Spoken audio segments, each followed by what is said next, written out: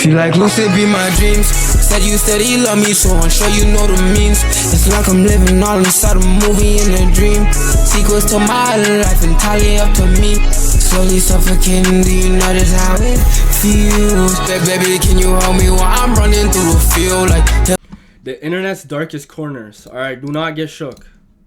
I'm telling y'all. Just lock in. 911 location of emergency. Okay, what's going on? Alright, this is what's happened.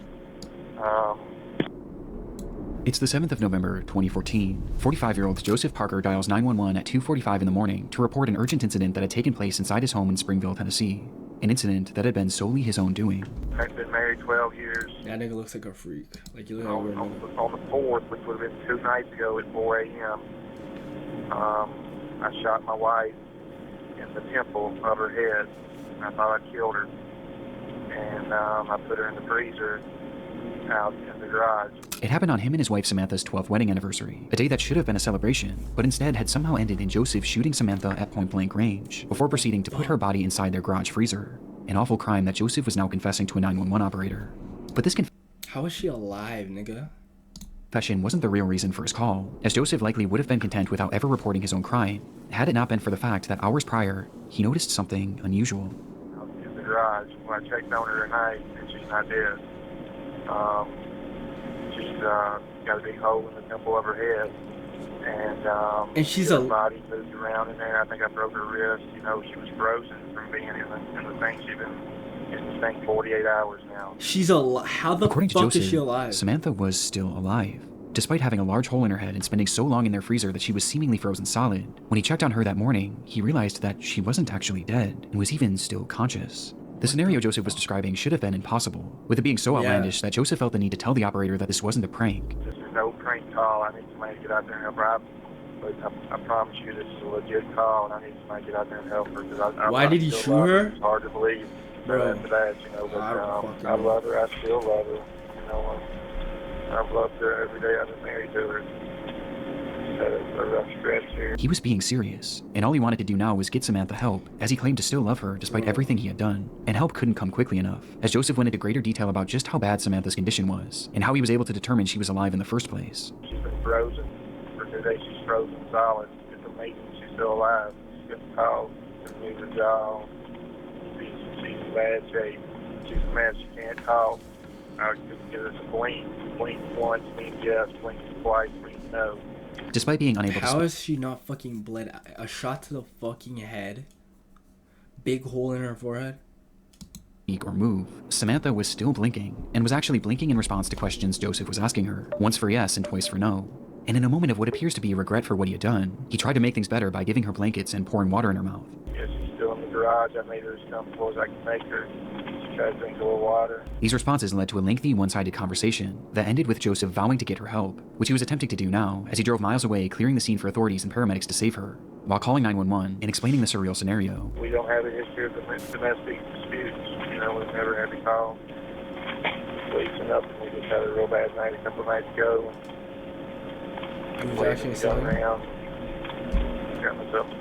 The two had a happy and healthy marriage that, for whatever reason, had turned sour on their anniversary, in what he referred to as a real bad night, where something in Joseph had snapped. But despite admitting to the murder, he made it clear. I don't think a nigga just snaps like this, though. You shoot her, then you put her in the freezer. I don't think a nigga just snaps like this. Something's really wrong with this nigga. Look at his eye. Remember what I said about the other shorty earlier? You can tell when a motherfucker is not saying it when you look in their eyes. Even if this did happen and you just had a moment, you would immediately like when you come to, you would snap out of it and like call the police, like, oh my god, you know, trying to save her, especially if she's fucking like still alive. You know what I mean? I guess he is doing that now, but this is like what, days later? Like this nigga's not. That he had no intention of going to prison. Like he just wanted to make sure that Samantha was saved. Don't want to get arrested tonight. Oh, he's gonna pack himself. Telling the operator that they'll find her in the freezer before ending the call shortly after. He's about to delete himself. You go to the garage, you can't yell for you. You can't yell.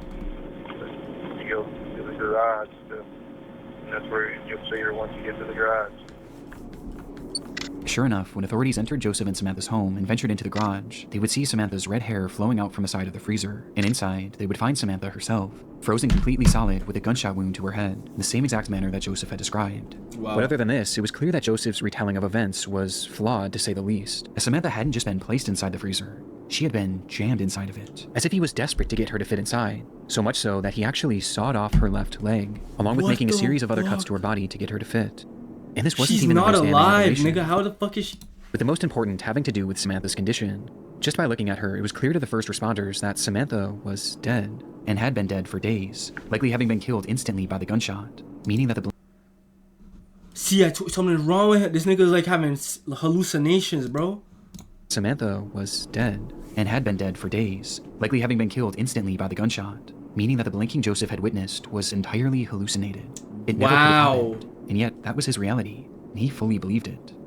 Upon the discovery, Joseph quickly became the #1 most wanted man in Tennessee, and that same day, police would track down his vehicle as he appeared to have been trying to flee the state. But the officers got to him first, pulling him over and then surrounding his vehicle, drawing their guns and preparing for anything.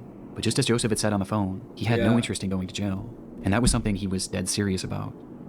When officers finally got his car door opened, they would find Joseph Parker in the driver's seat, dead from a self-inflicted gunshot wound to the head. Wow.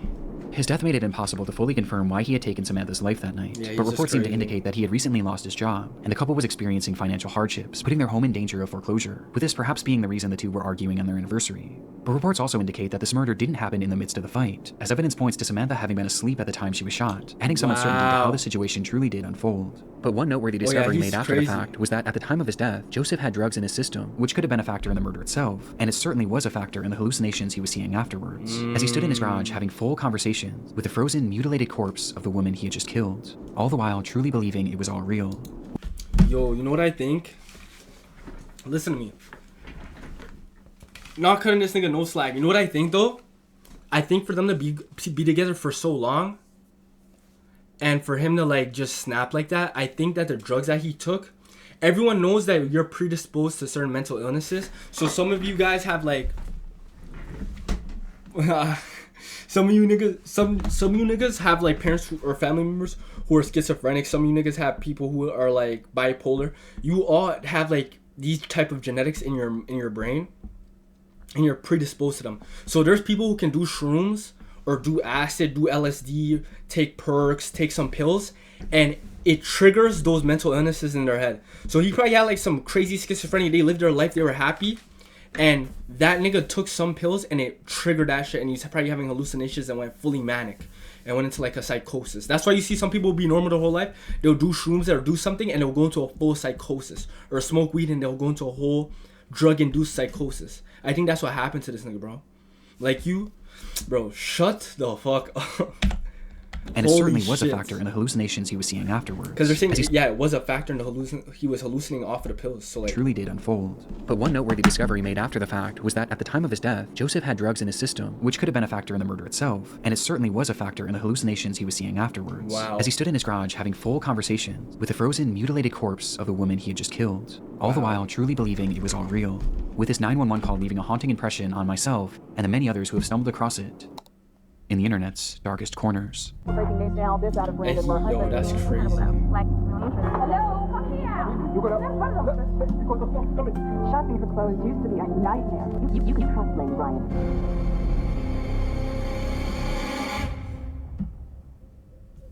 Do you ever feel like you're being watched? Well, considering that you're online watching this video right now, there's a good chance that you are. Your internet provider can see and log everything you do online. And not only are they watching what you browse, but here in the US, ISPs can legally collect and sell all of your browsing history. We could raise a few eyebrows at one of the best, ExpressVPN. With a click of a single button, ExpressVPN encrypts and reroutes 100% for any customer/Crowley. Worked hard studying in medical school. Oh, yeah, that's odd. Jennifer Sheffield's life was largely encapsulated by the posts she made on social media. She worked hard studying in medical school with the hope of becoming a doctor, a journey that she documented on her growing TikTok page. But when she wasn't at school or at a hospital, her time was spent with her family. She had been married to a man named Brandon Sheffield for around a decade, and when they met, Brandon already had 2 children from a separate relationship. Though this didn't deter her in any way. Prediction. divorce, and he's gonna crash out. I'm already knowing. Instead, she took on the responsibility of helping to care for them, raising the children alongside Brandon as if they were her own for much of their lives, to the point where they seemingly started referring to her as their mother, a role that she thrived in, as she frequently posted pictures and videos alongside them. And the same was also true for her being a wife, as she loved to share her memories and moments with Brandon, cultivating this image of the perfect family and the perfect pair. But on social media, things are rarely ever as they seem, and on the 10th of December 2024, Jennifer would drop a bombshell on her followers. So, about to be a newly single mom, and I am in the middle of a divorce. My husband is being incredible though, like really and truly, like we're working together, everything's great, we're splitting everything down the middle, like, you know, everything is good. After approximately 10 years of marriage, Jennifer announced that she and Brandon were getting a divorce. There was no explanation for why, just the simple fact that they were separated and had already started the divorce process, something that was reiterated by... I'm gonna be honest with you, anyone, like, I'm gonna just replay what she said, anyone who like, if you're going through a divorce, why'd she have to die? Bro, we're gonna see. He was probably abusing him. She was probably abusing him. I don't know what the fuck that. Oh, he was probably abusing her. Yo, like, I don't know if that's the reason. I don't think so. Both of their Facebook because she relationship seems status pretty moments normal. with Brandon. But if you're going through a divorce with someone or a breakup and they're just perfectly normal, someone who you were just planning out your fucking life with, and y'all are just perfectly normal and content, somebody's not being 100. So either the motherfucker deep down is not okay with that, or the motherfucker's cheating, some shit. That's not normal. Cultivating this image of the perfect family and the perfect... Like, I do believe maybe in some situations, bro, why are relationships so dark now? I wouldn't even say they're dark now. I just think, like, it's very rare that you just have motherfuckers both come to a cordial breakup, like, yeah, all right, we're both done, okay, we're gonna move on. I just don't see that. But on social media, things are rarely ever as they seem. That's not normal. And on the 10th of December 2024, Jennifer would drop a bombshell on her followers. So, about to be a newly single mom, and I am in the middle of a divorce. My husband is being incredible though, like really and truly, like we're working together, everything's great, we're splitting everything down the middle, like, you know, everything is good. God forbid, imagine you After approximately 10 years of marriage, Jennifer announced that she and Brandon were getting a divorce. There was no explanation for why, just the simple fact that they were separated and had already started the divorce process. My fault, I keep something that looking was down, I'm reiterated getting by food both right of their now. Facebook relationship I haven't ate all statuses day, bro. as they shifted to single around the same time. Despite the sad and even shocking news, it was clear that they were handling it better than most. There didn't appear to be any resentment between them, as Jennifer described Brandon as having been incredible throughout the process, supporting her in any way possible, which was obviously good not only for them, but for their children, who were top of mind for the pair. It is a very simple divorce with our daughter in mind, and I really appreciate. Oftentimes in divorces, my guess, I ain't gonna lie, I find a lot of time in divorce,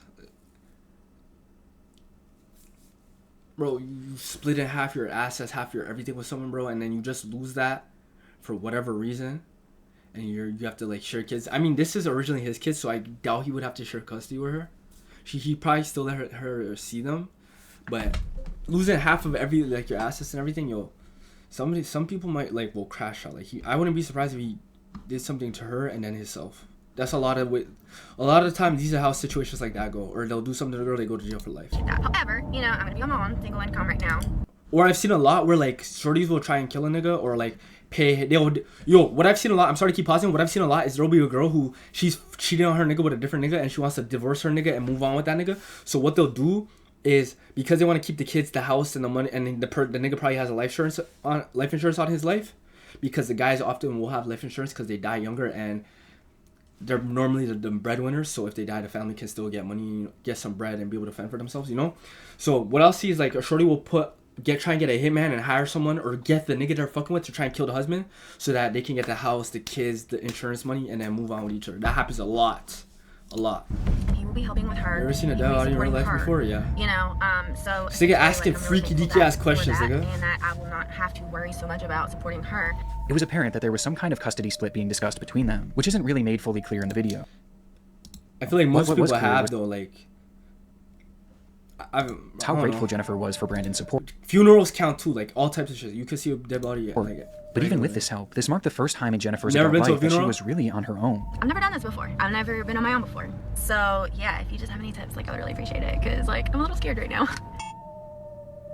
It was uncharted territory and something that she was understandably nervous about. But despite her fears, Jennifer maintained an optimistic attitude. And thankfully, at this point, the divorce itself was going about as well as it could be. They were both supportive of each other, they were both thinking of the children, and there seemed to be no bad blood between them.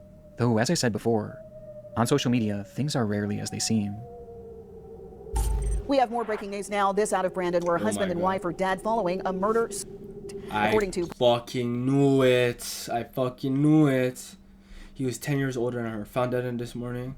Family was conducting a welfare check on Jennifer. Family says there were obvious signs of foul. Oh, I thought they were saying there was obvious signs of that he was gonna do something. I was like, I thought they were cordial. This is an ongoing Brandon investigation. police. The couple was found on Toulon Street this morning after family conducted a welfare check on 30-year-old Jennifer Sheffield. 18 days after posting this video, praising Brandon Sheffield for the incredible way he had been handling their divorce, both Jennifer and Brandon would be found dead inside their Mississippi home. That morning, family members arrived at the house to perform a welfare check, but noted signs of foul play outside, leading to them calling the police. Inside, officers discovered the pair lying next to each other. Wow. Each had a single gunshot wound to the head, with one thing being blatantly obvious. Brandon Sheffield had been the one to pull the trigger both times, shooting Jennifer before turning the gun on himself. Wow. This nigga said, my guess that it was the kids. Does that... Yo, this nigga should be saying stupid What happened shit. that night isn't fully understood, but the motive is fairly clear. This was likely the result of the divorce that Brandon had supposedly been handling so well, though obviously there seemed to be more going on behind the scenes. Bro, y'all niggas take this life shit very serious and reach and aspire for all your goals and passions. Because, bro, this lady, she did not think she was going to die that day, bro. She did not think her life would be done, my nigga. A relationship never that deep for someone to die over it. That's what I'm saying. But like, she never expected that video, when she posted that video about that divorce, she never believed that divorce would be what ended her life. You know what I mean? Perhaps it's fucked up, but like, bro, cherish every day that you're on this earth and just work towards your goals and passions. Violence was spurred on by the holiday season, and Brandon's realization that this would be their last as a married couple. Or perhaps he just wanted Jennifer all to himself. And if he couldn't have her, no one could. Since her murder, Jennifer's video has become a morbid piece of internet history, and just seeing how full of hope she was is heartbreaking in hindsight. That's why shorties now need to be careful when it comes to divorces and marriage. I feel like everyone should be. Right. And because of Brandon's actions, not only was Jennifer robbed of her future, but these children were robbed of their mother figure and their father figure all in one night. And making this even more devastating, some articles have claimed that one of these children was actually in the house during the shootings. Wow. What Brandon did was nothing short of evil. But surprisingly, not everyone has seen it this way, as the discourse around this case has somehow led to people. These niggas are losers. I was thinking this in my mind a lot, and there's gonna be niggas who are like, well, she left this nigga anyways. She left him to probably go fuck with niggas and fuck niggas and da da da da. Men sacrifice their happiness for their families, and women sacrifice their families for their happiness. Well, actually sympathizing. You don't say this when somebody just fucking died, nigga. The internet has ruined women. Even blaming Jennifer for her own. She tried so hard not to smile about the entire thing. The whole video.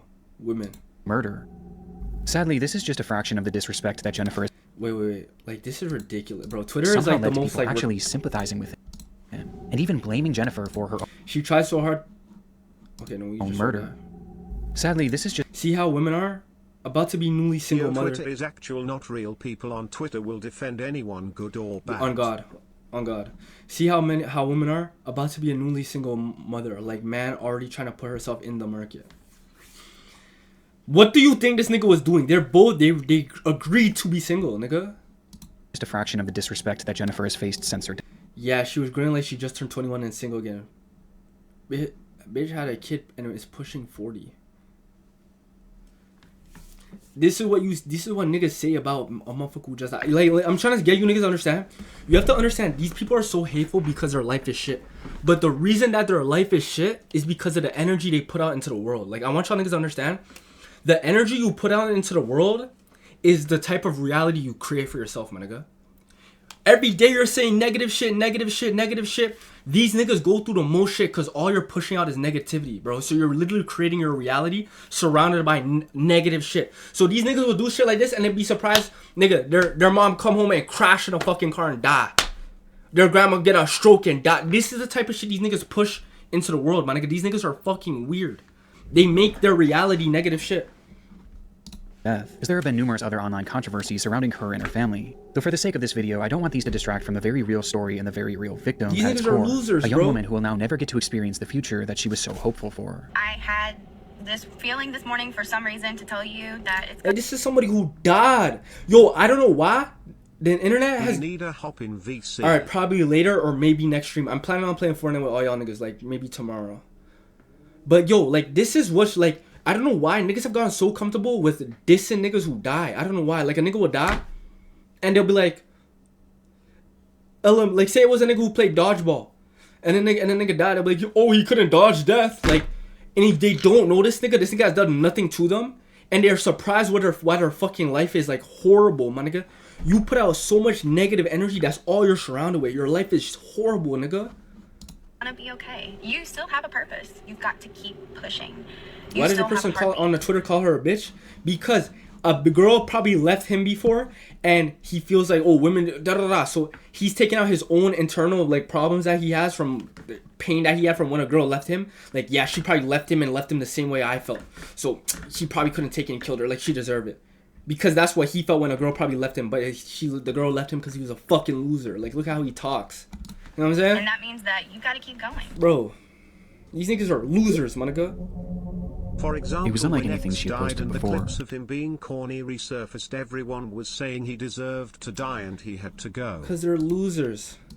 Like, no, not disrespect to nobody. Like, let me give you a perfect example. I'm sorry.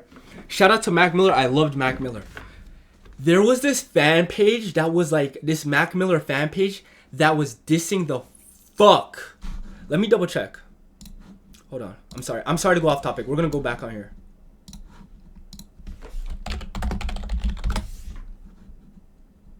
There was this fan page that I remember that was dissing the fuck out of... It was a Mac Miller fan page. They were dissing the fuck out of X. They were dissing the fuck out of him, right? And gang, I remember I had got into art... This is when I was a little nigga. We were like arguing with each other in the comments and shit. Right? Gang, X died June of 2018. Nigga, Mac Miller died 3 months later. Bro, they were dissing the fuck out of X. Like, yo, fuck him, da-da-da-da. All of this shit. Mac Miller died 3 months later. Bro, you put out so much negative shit into the earth, nigga. They felt the same feel. All the people and supporters of X who went through that, they felt they had to go through the same shit months later. R.I.P. Mac Miller. That's no disrespect to him, but you see the type of energy you put out into the world, and it comes back to you. Like, it's Throughout 31-year-old Rania Ibrahim's Facebook page, friends, family, and followers have been accustomed to seeing posts of her children, various religious texts, and other media from her day-to-day life. But on June 14th, 2017, Rania would begin her very first live stream, and it was clear from the start that something had gone terribly wrong. Okay, I don't open the front door. You're going to bring the smoke in. Okay. You're not going to be able to bring it. It's a fire. Someone outside? They're in the other flat. You hear the alarm? It's a fire. They've gone into the other flat. The footage is from Rania's perspective, as she and another woman discuss what lies behind the front door of the apartment unit they were in. The woman, believed to be 33-year-old Isra Ibrahim, told her not to open the door as it would... I'm sorry to talk about this shit again. Yeah, he did. But yeah, so like, again, my bad. But yeah, the nigga was this X. I was a huge X fanboy back in the day. Bro, Mac Miller died, and I'm like, yo, you see how you're dissing this nigga X? You're experiencing everything that his fans was going through now. The nigga blocked me. I remember.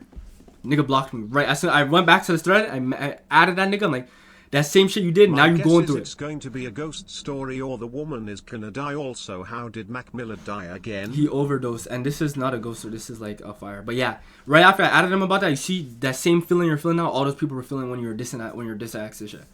Nigga died. Then this nigga just blocked me. Bitch while ass Rania nigga. insisted that people might still be out there in RIP to danger, both of them. eventually leading to her peeking outside, and in turn giving us a glimpse inside their nightmare situation. There's too much smoke in it. Okay, I'm not opening it. Allah, la ilaha illallah, fi hari ghafir al-mara, la hawla wa la quwwata illa billah. Cameron Boys, yeah, that was crazy.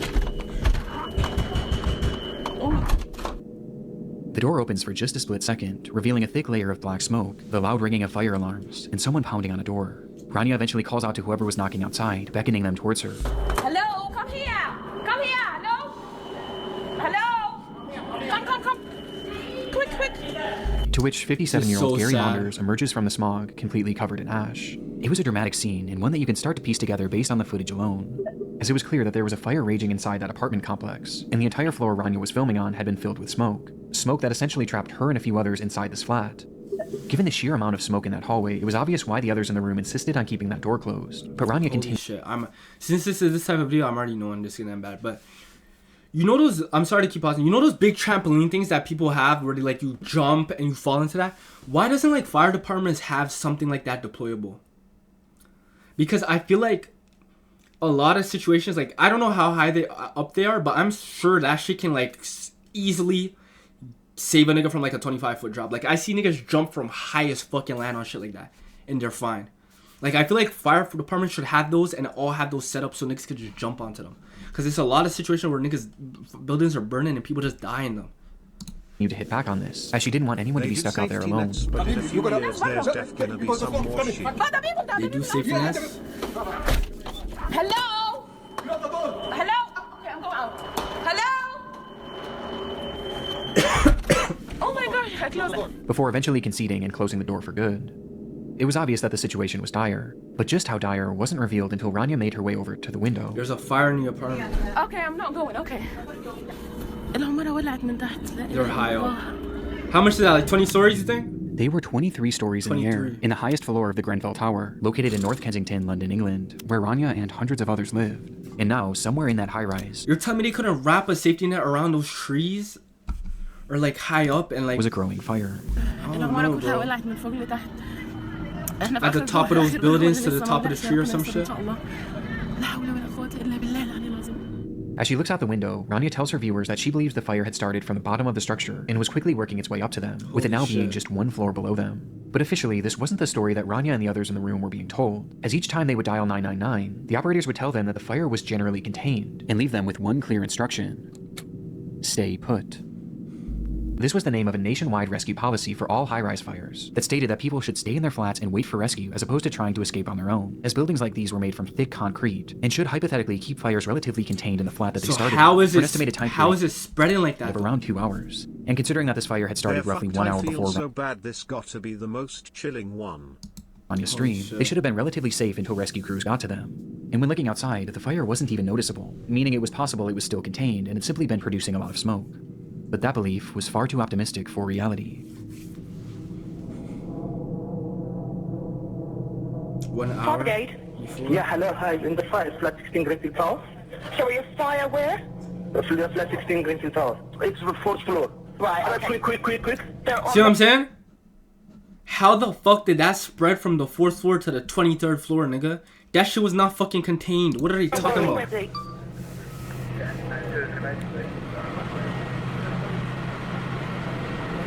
Fourth floor up 23 stories. 1 hour earlier, on the 4th floor of the tower, a man called 911 to report that his freezer had caught fire. It was an incident that had happened through no fault of his own, and due to his quick phone call, firefighters would arrive on the scene within minutes, one of whom was wearing a camera that showed that they were able to handle the blaze in a relatively efficient manner. So how? With the camera using thermal imaging and heat sensors to assure that the fire was fully out. The camera scans around, showing a few items strewn about that were still at relatively high temperatures. But other than that, the room was completely clear, and it seemed as though the fire was out for good, until the camera panned to the window.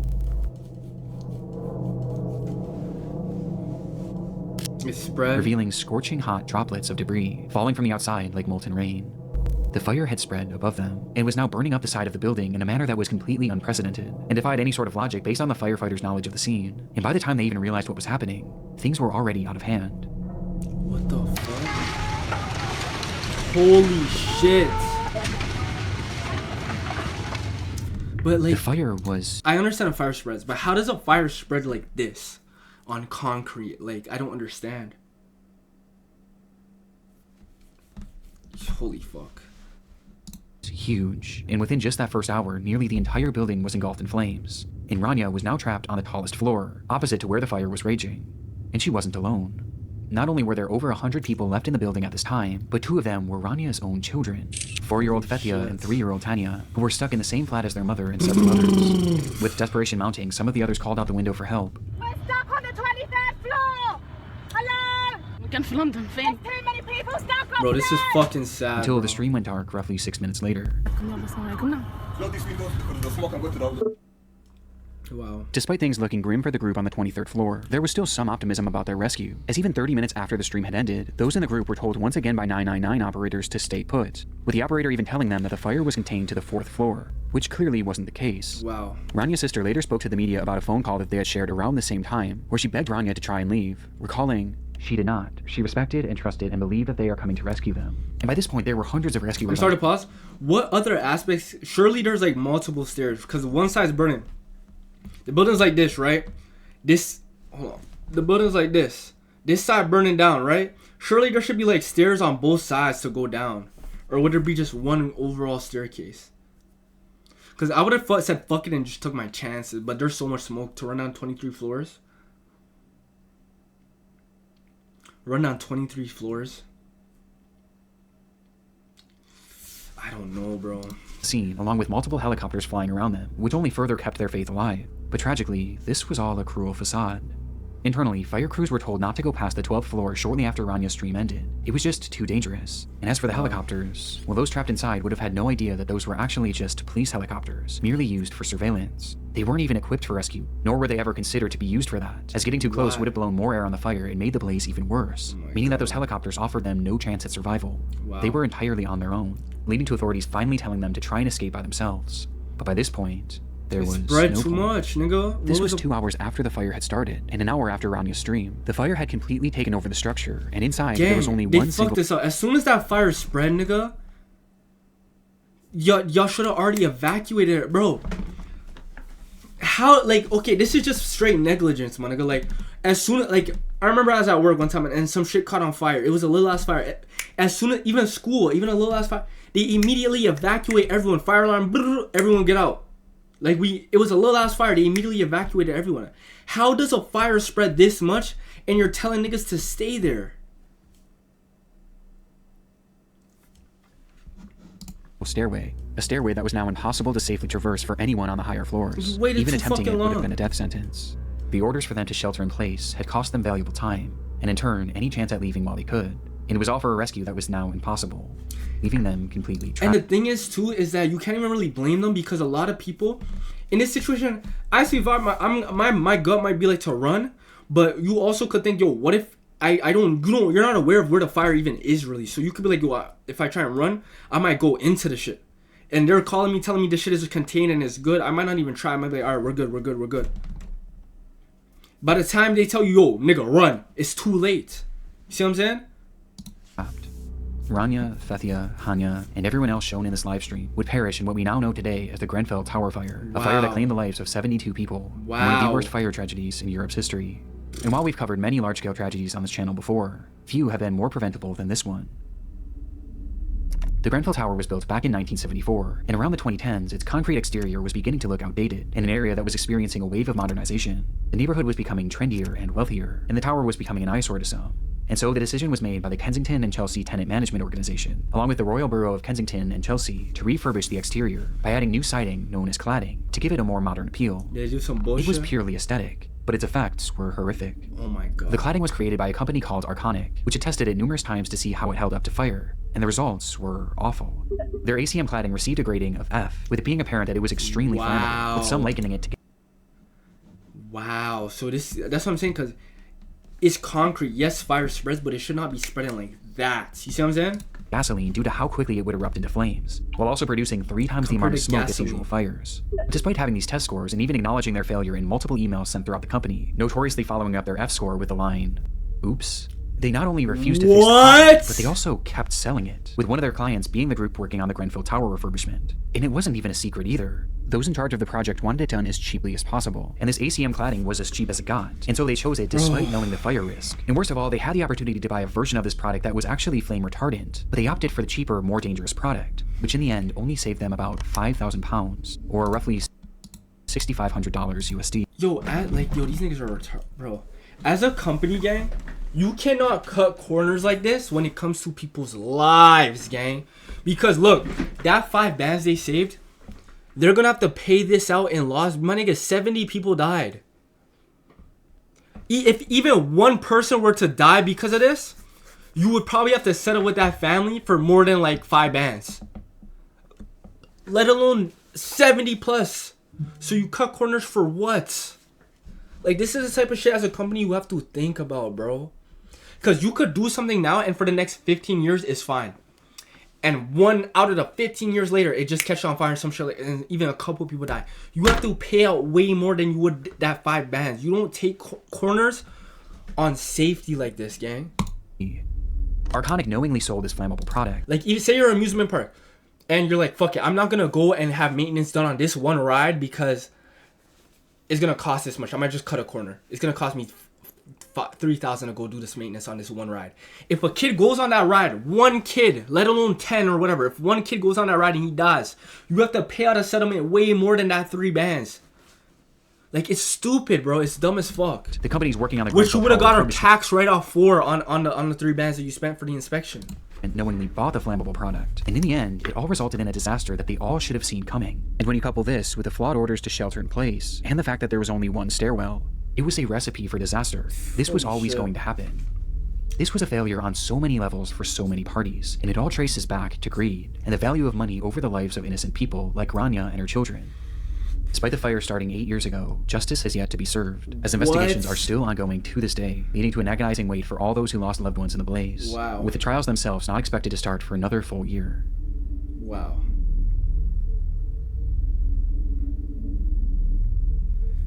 It's estimated that there are still thousands of residential buildings in the UK and worldwide with flammable and... Wow. If I'm a business, I'm rushing to go in. It was the usual start to the day for Rhoda McFarland. The 42-year-old manager of the Lane Bryant store in Tinley Park, Illinois, was no stranger to big sales. It's the Had It All sale at Lane Bryant. Lane Bryant had a habit of launching monthly clearance events, sending out flyers and airing commercials in the days and weeks before to let all of their customers know. And this day, February 2nd, 2008, was yet another one of these sales. She knew it would be a busy day, and potentially a stressful one for one of her employees, as that morning only one worker was scheduled to open the store, something that Rhoda disagreed with, leading to her coming in to help, even though she had the day off. But like I said, this was a typical morning for her, as this was just the kind of person she was, always willing and wanting to help others. And as she clocked in for work that morning at 10 a.m., she and her coworker braced for a potential rush of excited shoppers. The rush, however, wasn't as dramatic as they may have expected, and in the first 15 minutes or so... My bad, I thought it was about to be some, like, sales shit, so they were about to get trampled or some shit. I was about to be like, that's fucking crazy. Of opening, only 5 people had entered the store, 4 of which were female shoppers looking for some deals, while the 5th was a delivery man who walked in holding a stack of papers. The man approached them and made casual conversation, but after a few minutes had passed, he kind of just lingered around, never actually delivering anything, which Rhoda found strange, especially considering that it was Saturday, a day that they typically didn't receive packages. Growing more and more suspicious by the minute, Rhoda quietly traced a call to a nearby Lane Bryant store, who confirmed to her that there was in fact nothing scheduled to be dropped off that day. But before she could even process this information, it's a robbery. An incident was already unfolding around her. It's a robbery. Out of nowhere, the delivery man pulled out a pistol and pointed it at the women, yelling at them to hand over the money from the register, before proceeding to round up Rhoda, her employee, and the 4 women shopping, demanding that they all give up their cash and jewelry.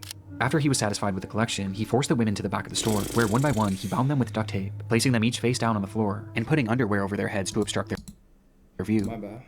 This is so stupid. Bro, I don't understand niggas who do shit like this. Or like niggas who rob gas stations. Bro, how much money do you really think that this fucking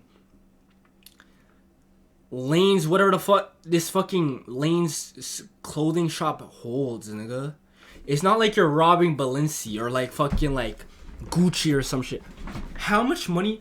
Bro, this company probably had like $300 in their fucking cash register. How many niggas? They already said it was a sale and like 4 people went in that bitch. How much money does he really think he's about to rob from this? I don't understand this shit. And if they're here in this video, he probably killed them. So he already know he at least probably killed one of them. So you committed murder for like $200, $300. What is the point? You're not even like... In the minutes following, he would venture back out into the store where 2 other women had entered, and they too were then robbed and then forced into the back room, where they were eventually subdued, but not before he struck one of them in the face with his pistol, nearly knocking her unconscious. It appeared to be a fairly high-level robbery, but after he now had them all in the back room, the whole operation seemed to grind to a halt. It was like he didn't know what to do next, as he... Cause why are you robbing a Lane... What is it? Lane's Bryant store. Who goes here? I haven't heard of this. That's like me robbing EB Games or like GameStop or some shit. Like how much money would these niggas really have in their cash register? Like, started pacing the room and slowly losing his cool. The minutes ticked on, and the more time that passed, the more agitated he became. It was clear that the pressure was getting to him, and sensing his disorganization, Rhoda seized the opportunity, quietly slipping her hand free, allowing her to call 911 through her Bluetooth headset. 911 emergency. We're at... Despite the man being in the room with her and the others, Rhoda managed to alert authorities to her exact location, telling them to hurry and making it clear that the situation was urgent. Bro. In the background, you can also hear the robber himself, whose disheveled state is apparent as he outwardly states, the operator was on it, quickly dialing dispatch and telling Rhoda not to hang up. Stay on the line, let me get you to Tinley Park, don't hang up. Though within just a split second, the call disconnected. By some stroke of good fortune, there was actually an officer in that shopping center only about 100 feet away, and from the time that Rhoda made that call, the officer managed to arrive on the scene within just a few minutes. He rushed inside the store, but inside he found nothing, until he made his way over to that back room. Inside, he would find them. 6 women with underwear over their heads, lying on the floor, each one having been shot execution style just seconds after Rhoda's 911 call. It was a mass murder, but in the midst of this awful scene, one thing was missing.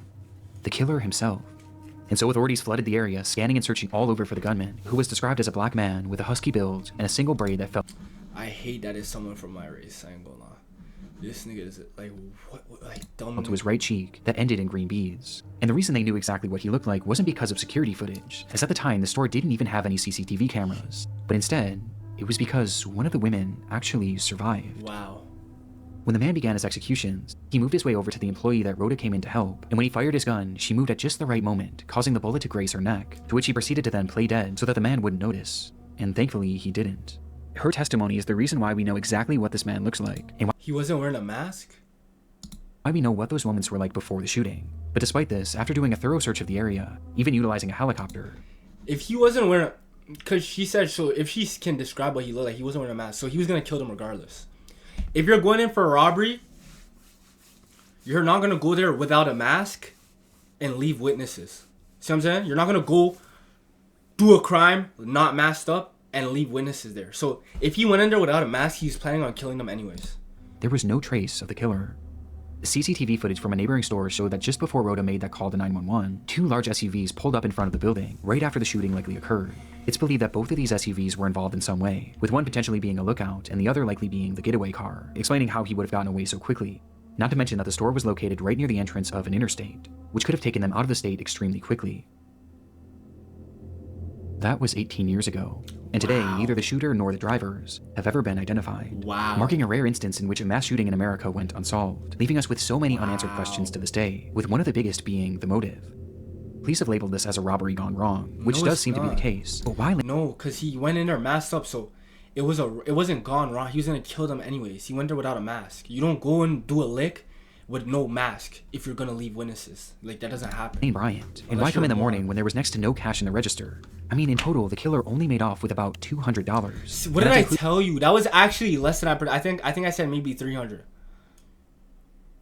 And then he went in there with no mask, so he's already planning to kill them.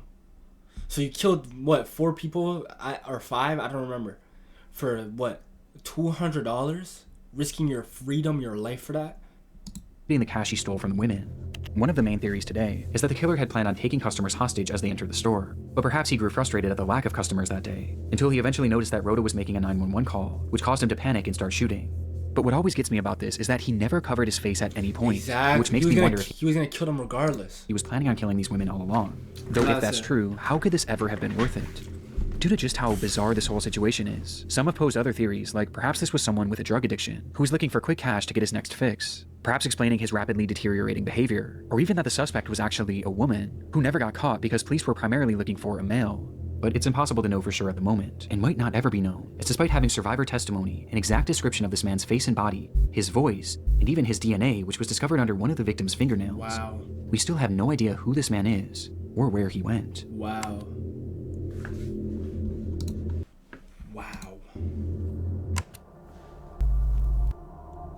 Holy fuck. That one's actually kind of insane to me. Because I would have thought for sure if he did some dumbass crash out shit like this, you went and killed, what, 4 people, didn't go masked up for $200, I would for sure think he already has a criminal record or would get caught up for something in the future so his DNA could be matched. You know what I mean? But for his DNA to never be matched, to be honest, I know, I'm sorry, I'm gonna cut it just now, but listen. I know niggas is probably sitting like, yo, that's fuck, he's still out there. I think he's dead. There's no way a nigga that's this fucking, like, this slow, where you would go and hit a lick on a fucking, what store even was that? For $200 and kill, like, 4 or 5 people. For $200, no mask. Would go on and never get caught up for no crime or do any other crime. Like, he for sure probably went on to do some other shit or got killed. Probably hitting licks or some shit, got killed. Like, this, I don't believe that this nigga's just out walking about. Like, this nigga probably got killed for some other shit.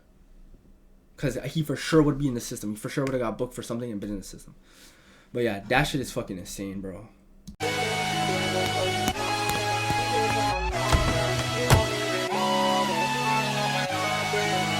Something, baby, I like just how you blushing. And maybe we could bust it at the function. Turn nothing to something. Wish you could just see the horrors of my life, my upbringing.